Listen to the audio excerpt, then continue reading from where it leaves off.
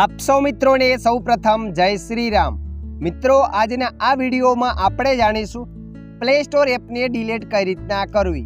હા મિત્રો, તમારા મોબાઈલમાં તમારા બાળકો અથવા કોઈ પણ બીજું વ્યક્તિ વારે ઘડી એપ્લિકેશનને ડાઉનલોડ કરી નાખે છે તો આ વિડીયો તમારા માટે। આ વિડીયોના માધ્યમથી આપણે જાણીશું મોબાઈલમાં પ્લે સ્ટોર એપને ડિલીટ કઈ રીતના કરવી, જેના કારણે કોઈ પણ બાળક મોબાઈલમાં ગેમ ડાઉનલોડ નહીં કરી શકે। તો ચાલો આપણે વિડીયો પર આગળ વધીએ। મોબાઈલમાં પ્લે સ્ટોર એપ ડિલીટ કરવા માટે સૌપ્રથમ તમારા મોબાઈલમાં સેટિંગ એપને ઓપન કરી દેવાની છે। જેવા તમે સેટિંગ એપને ઓપન કરશો એટલે મિત્રો આગળ આવું પેજ આવશે। આવું પેજ આવ્યા પછી તમારે થોડા નીચે સ્ક્રોલ કરીને જવાનું છે। થોડા નીચે સ્ક્રોલ કરીને જશો ત્યાં નીચે લખેલું છે એપ અથવા એપ મેનેજર, તો તમારે અહીંયા એપ પર ક્લિક કરી દેવાનું છે। એપ પર ક્લિક કર્યા પછી આગળ આવું પેજ આવશે। તો મિત્રો અહીંયા તમારે સી ઓલ એપ પર ક્લિક કરી દેવાનું છે। સી ઓલ એપ પર ક્લિક કર્યા પછી આગળ આવું પેજ આવશે। અહીંયા તમારે થોડા નીચે સ્ક્રોલ કરીને જવાનું છે। થોડા નીચે સ્ક્રોલ કરીને જશો ત્યાં પ્લે સ્ટોર એપ બતાવશે। તો મિત્રો અહીંયા તમારે પ્લે સ્ટોર એપને શોધી લેવાની છે। તમે જોઈ શકો છો મિત્રો, અહીંયા લખાઈને આવ્યું છે ગૂગલ પ્લે સ્ટોર।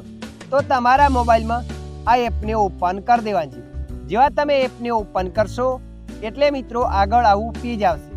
તો મિત્રો અહીંયા તમારે ડિસેબલ પર ક્લિક કરી દેવાની છે। ડિસેબલ પર ક્લિક કર્યા પછી ડિસેબલ એપ પર ક્લિક કરી દેવાની છે, એટલે તમારા મોબાઈલમાં પ્લે સ્ટોર એપ ડિલીટ થઈ જશે।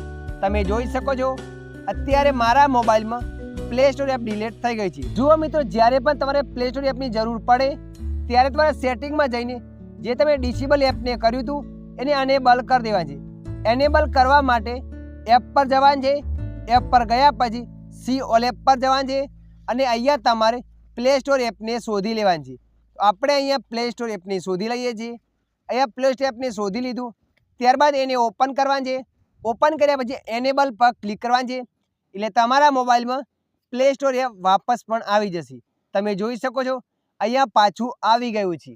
આ રીતના તમે પણ મોબાઈલમાં પ્લે સ્ટોર એપને ડિલીટ કરી શકો છો। આશા રાખું છું આ વિડીયો તમને પસંદ આવ્યો હશે। વિડીયોની અંદર થોડુંક કંઈક જાણવા મળ્યું હોય તો વિડીયોને લાઈક કરી દેજો અને આવા માહિતીવાળા વિડીયો જોવા માટે અમારી ચેનલને સબસ્ક્રાઈબ કરી લેજો।